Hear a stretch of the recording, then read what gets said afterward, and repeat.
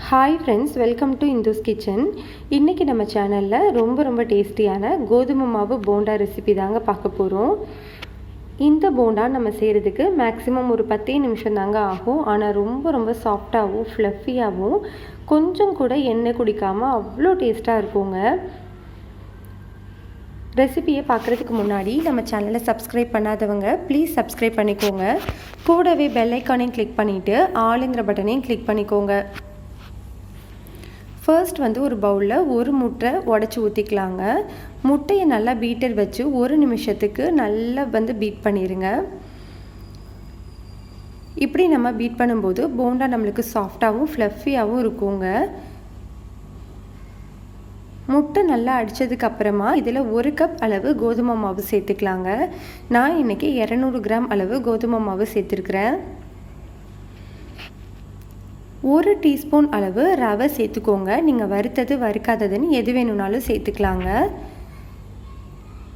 1 cup அளவு கோதுமை மாவுக்கு 1/4 கப் அளவு சர்க்கரை சேர்த்துக்கோங்க. இது எல்லாத்தையுமே இந்த மாதிரி பீட்டர் வச்சு மிக்ஸ் பண்ணி விட்டுறலாங்க.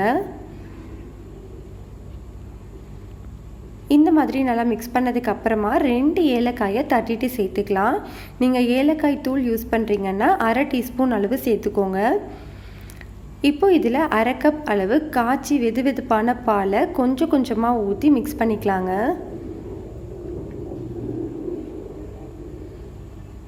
ஒரே நேரத்தில் பால் எல்லாத்தையும் சேர்த்துறாதீங்க. கொஞ்சமாக ஊற்றி இந்த மாதிரி பிசைஞ்சு எடுத்துக்கலாம். நல்லா மிக்ஸ் ஆனதுக்கப்புறமா இதில் 1/8 டீஸ்பூன் அளவு உப்பு சேர்த்துக்கோங்க. அதே மாதிரி 1/8 டீஸ்பூன் அளவு பேக்கிங் சோடா சேர்த்துக்கோங்க. இப்போ நம்ம இதை கைகளை வச்சு நல்லா மிக்ஸ் பண்ணி விட்டுறலாங்க. உப்பு சேர்க்கும்போது நம்மளுக்கு அந்த இனிப்பு சுவையை தூக்கி காட்டும். டேஸ்ட் நல்லா இருக்குங்க. இப்போ இது எல்லாமே மிக்ஸ் ஆனதுக்கப்புறமா 2 டீஸ்பூன் அளவு துருவின தேங்காய் சேர்த்துக்கோங்க. சேர்த்துட்டு இது எல்லாத்தையுமே நல்லா மிக்ஸ் பண்ணி விட்டுறலாம்.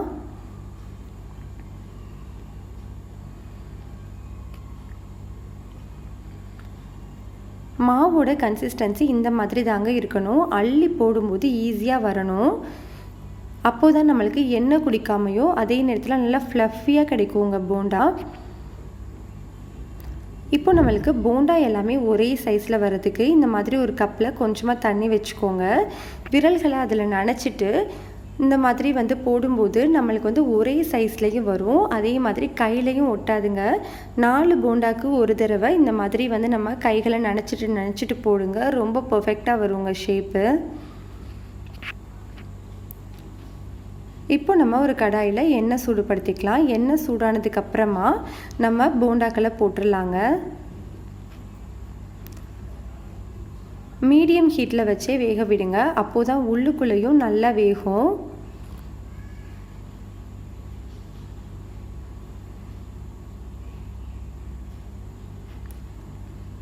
லைட்டாக அப்பப்போ மட்டும் திருப்பி விட்டுக்கலாங்க.